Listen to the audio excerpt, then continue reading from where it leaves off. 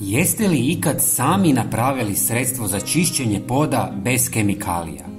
U ovom kratkom videu pokazati ću vam kako od samo 3 sastojka možete napraviti vrhunsko sredstvo za čišćenje poda za samo 1 minutu. Ne samo da će dobro očistiti pod, nego će vaša kuća nevjerojatno mirisati. Sve sastojke već imate doma, ali ako ih nemate, povoljni su i lako dostupni. Pa krenimo redom. Prvo što će vam trebati je pola litre tople vode u koju ćete dodati 1 žlicu soli.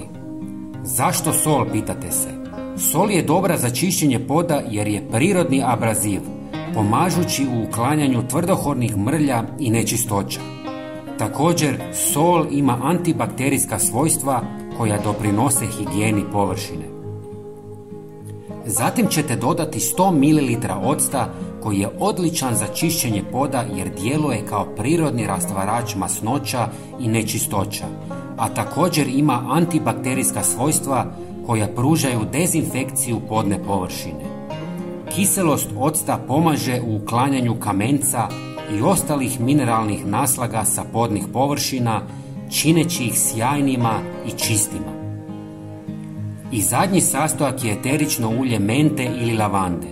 Ovaj sastojak je opcionalan, što znači da ga možete dodati prema vlastitom izboru.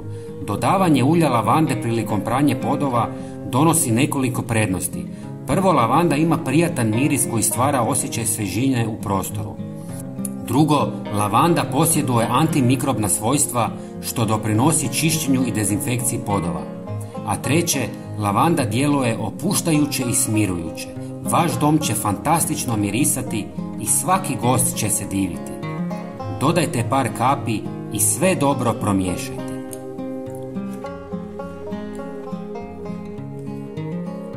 Ovu mješavinu razrijedite sa 5 litara tople vode i spremno je za korištenje.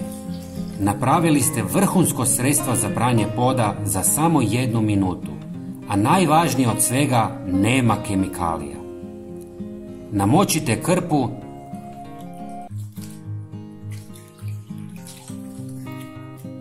i operite pod. Dragi prijatelji, bilo bi nam drago da podijelite ovaj video sa prijateljima i pretplatite se na naš kanal. Hvala vam puno. Pozdrav!